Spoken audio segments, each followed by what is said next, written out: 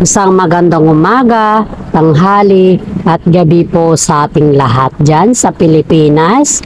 Sa mga subscribers ko po na sumusuporta sa aking content, maraming salamat po sa mga parents po natin, pananay, tatay, lola at lolo, kapatid, kuya, ay maraming salamat sa suporta na binibigay niyo po sa aking content. Lalong-lalo na po sa ating Panginoong may kapal dahil binibigyan po niya tayo ng wisdom, knowledge, and understanding para makabuo po ng aking content or sa ating content ng update sa ating ituloy sa buhay. Mabuhay ka, Panginoon, at salamat din sa pang-araw-araw na binibigay mo sa amin na pagkain at hindi lamang po yan, kundi maraming salamat din po sa binibigay mo sa amin na buhay na kung saan po ay lahat ng problema ay nalulutasan namin dahil po sa iyo. Dahil nananalig po kami sa iyo at yan po ang aking dasal at pasasalamat po. God bless po sa ating lahat. Umpisahan na po natin ang update sa Kim Pao at iba pang showbiz update ganap po. Update po tayo sa Kim Pao at iba pang showbiz ganap.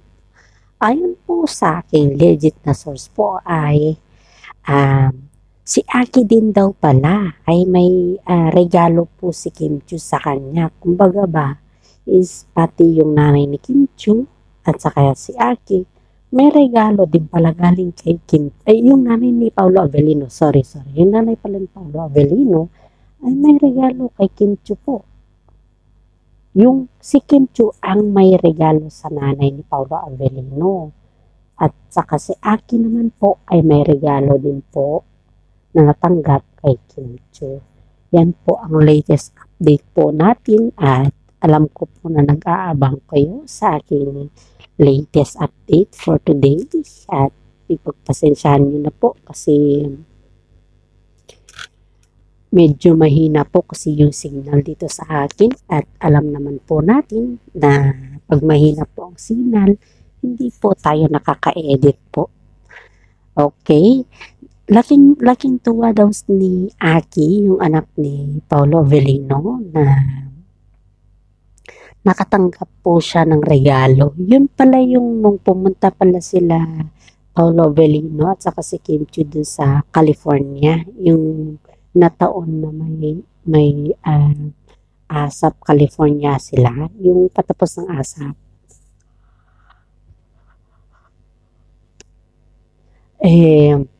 Yun pala yung time na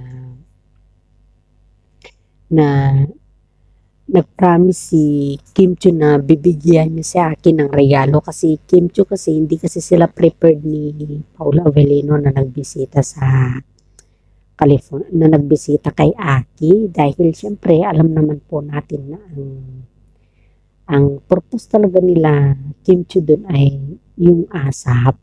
Kasi may show nga sila sa California at saka bibisitahin din si Aki. Kaso nga lang hindi sila prepared kung ano yung ireregalo kay Aki kasi hindi pa naman kasi nakita ni Kim Chiu si Aki. Kaya that is the first time na nakita niya si Aki.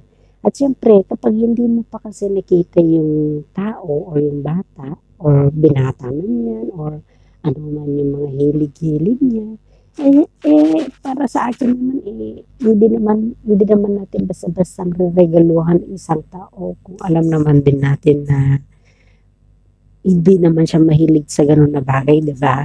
At saka si Kim Chiu naman po kahit naman tanungin niya kay Paolo Avellino, hindi naman alam ni Paolo din kung ano din yung gusto ni Aki dahil nga po hindi naman lumaki si Aki sa kanya kundi yung financially si Paolo namimigay.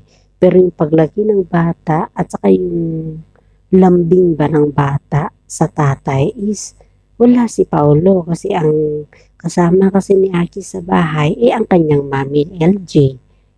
Yun po kasi kaya hindi po nila niregaluhan si Aki nang pumunta sila doon at nag-promise po si Kim Chiu na pag-uwi sa Pilipinas ay reregaluhan po niya si Aki which is Na-receive naman na ni Aki ang regalo niya kay Kim Chu.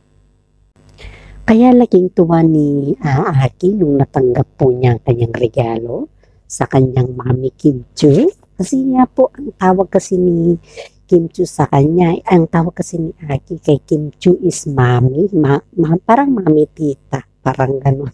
Ganon, natawa nga kami nung nahagilap kasi ng isang video ang tawag ni Aki kay Kim Chu na parang mami tita, parang ganon yung pagkasabi mami tita. Parang ano, ibig sabihin po nun, botong-boto po si Aki kay Kim Chu.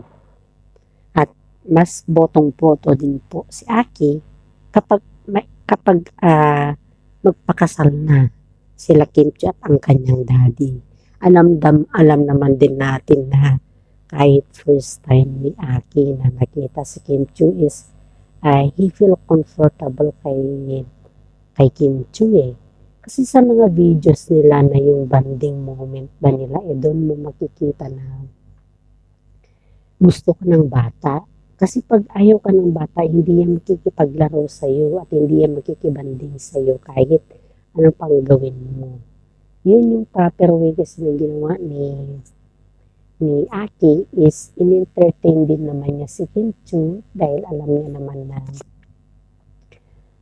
ang batang ito is may respeto din sa kanyang mga magulang at sa taong gusto din ng kanyang tatay. Kaya bigyan po niya halaga si Kim Chu. At that point po ay nung nakauwi na sila Kim Chu ay talagang ang daming regalo ni Aki. At hindi lang yan. May regalo si Kim Chu na very expensive one kay Aki. It's not the-mention kasi siya. Hindi kasi siya na-mention.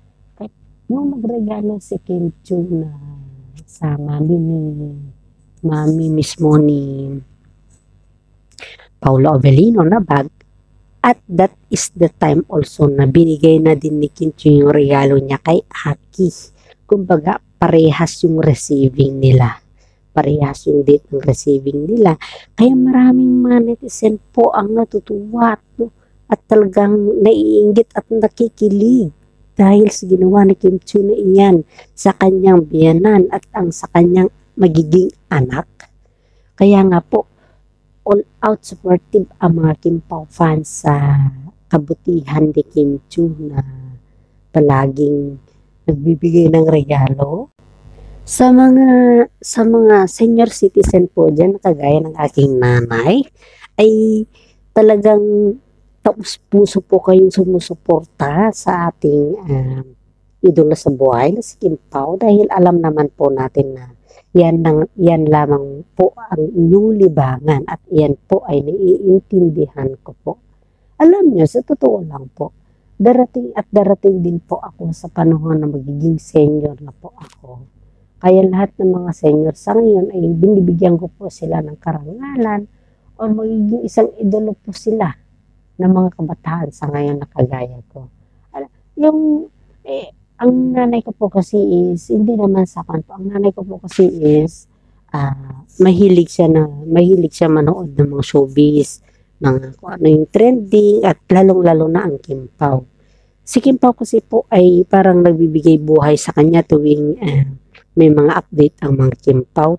Diyan po ako nabibilib sa mga senior citizen dito sa Pilipinas dahil nga kahit anong trabaho po nila yan, kahit kaano sila kabisi, pagdating sa Kim Pao, iyan lamang po ang kanilang libangan at kanilang kasiyahan. Kaya wag po natin ipagdamot ang mga remote natin sa TV or mga cellphone natin sa ating mga magulang. Sana naman kahit i-type mo lang yung Kim Pao sa kanilang cellphone, masaya na po ako at masaya na din po sila sa ganyan na style. Alam naman din natin na sa kabila ng mga kadaming kontrobersiya, isa rin po silang nakukomment. Pag yung inaaway mo si Kim Pao, ay mas daig pa nila barkada ang Kim Pao mga yan. Ang nanay ko nga, kahit sobrang layo na yung bahay nila Paolo Avellino, talagang sumugod dun para lang makita si Paolo Avellino sa si Kim Chu. At saka nung isipin mo to, di ba? Hindi kasi ito in-upload yung visiting ni Kim Chiu. Sila Paulo po kasi sila yung taong tahimik at may maibubuga kasi sa Baguio. Sila yung hindi masyadong excuse me. Sila yung hindi masyadong mashowy sa kanilang mga achievement. Kumbaga napakasimple nila Paulo. Wala kang makikita sa media kung ano yung kanilang mga achievement. Wala pa silang ganun eh. Ayaw po kasi nila pakita sa media na yun yung kanilang mga achievement at mga house tour nga ni Paulo, walang ganun eh. Hindi rin mahilig si Paulo sa mga sasakyan. Ang kahiligan niya lang is motor. Hindi yung kahiligan lang ni Paulo Avelino is yung motor, hindi naman siya mahilig sa sasakyan. At saka yung kanya, saka yung rider niya is hindi naman basta-basta na motor lang.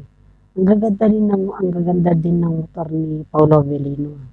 Si Paulo po kasi is hindi siya mahilig sa mga gagarbo ba. Yung napakasimple lang siya, antisente. Yun kasi yung napansin namin kay Paulo sa kanya mga karakter. Kahit dun sa Baguio po, kahit ang dami nilang lote, kahit ang dami nilang farm, kahit yung bahay po nila is sobrang laki. Hindi mo nga nakikitaan yan na yung bahay nila is talagang tinutur niya eh. Isipin mo yung bahay sa Baguio, may sariling gymnasium na siya dun na, may sarili siyang mga pang-exercise equipment na ni minsan hindi mo siya makikitaan na tinurkat sa loob ng bahay nila. At pag yung umuwi si Paulo Avelino, di ba? Hindi mo siya nakikita na nag-upload dyan ng kung ano-ano para ipakita sa publiko na siya ay umuwi.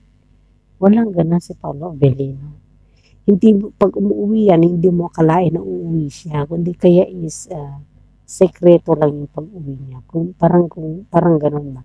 Kasi may sumusundo kasi sa kanya yan, si Paulo. Hindi po kasi siya yung umuwi na uwi ako dahil ganito. Ay wala po. Kasi pag umuwi yan kasi dumaragsa yung mga tao sa kanila. Di lang yan po. Marami din mga supporters yan sa Baguio. Mas lalo na po ang mga senior citizen. Kaya karamihan sa kanila po ay iniisip ko pag umuwi si Paulo Avelino, may mga bit-bit din yan sa kanyang mga supporters po. Hindi po siya madamot. Hindi po siya kagaya ng mga iba na hindi pagka-selfish ba na artista. Pero siya hindi po. Hindi po siya madamot sa lahat ng bagay. Kaya nga po, nababaitan kami kay Paulo Avelino at iniisip namin na sana ipagpatuloy ni Paulo Avelino ang kanyang ginagawa dahil nga po nakakatulong naman po siya sa karamihan. Sa mga taga-Baguio po ng supporters ni Paulo Avelino ay halos kapag umuwi si Paulo Avelino is kanya-kanyang bit-bit po mga yan. Hindi naman kanya-kanyang bit-bit. Parang politiko lang si Paulo Avelino pag umuwi eh. Dahil may mga binibigay sa mga fans niya. Fans man niya o hindi, talagang namimigay po yan si Paulo Avelino.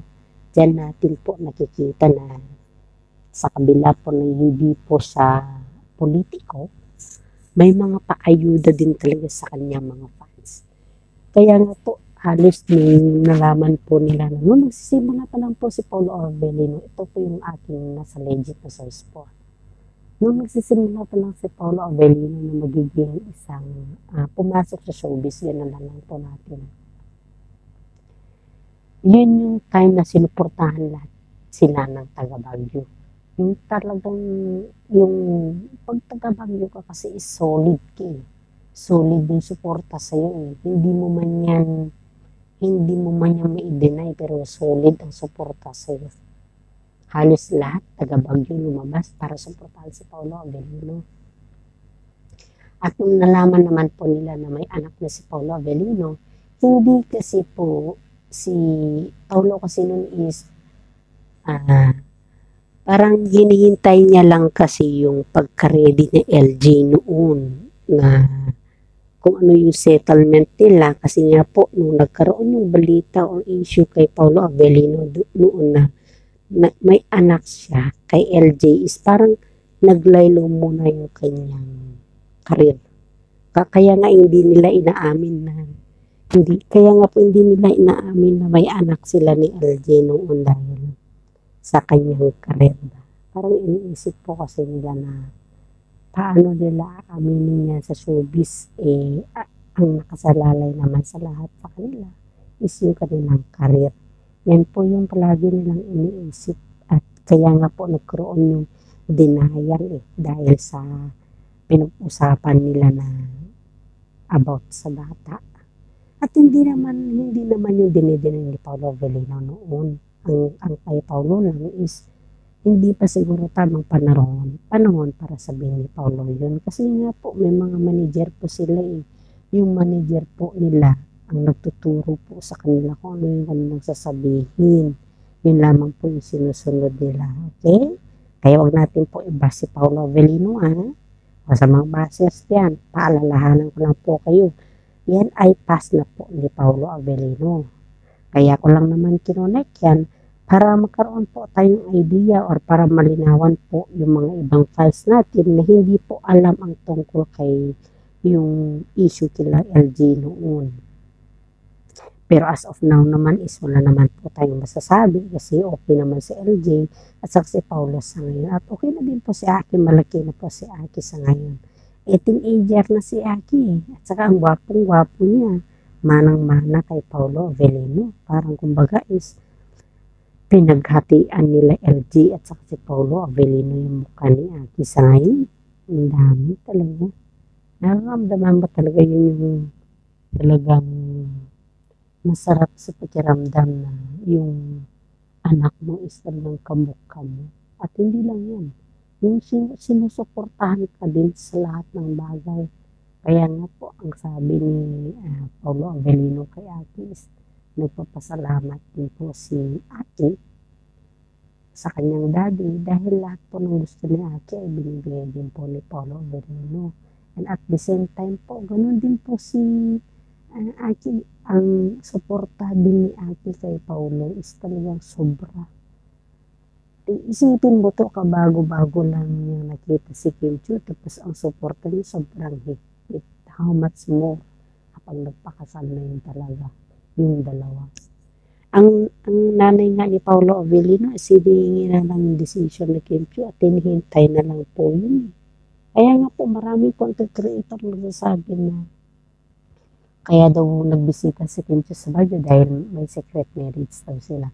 Hopefully nga, totoo yan. Hopefully, totoo yan. Pati nga ako, kinikilig pagdating sa ganyan na bagay. Mas maraming mga iba nilang fans.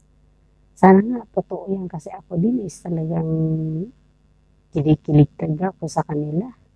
At alam naman din natin yan na sa lahat ng bagay, dapat pagtuunan natin yung pansin yung talagang idolo po natin. And this is for today. And thank you for watching. Please subscribe, like, and share. At maraming salamat po at God bless.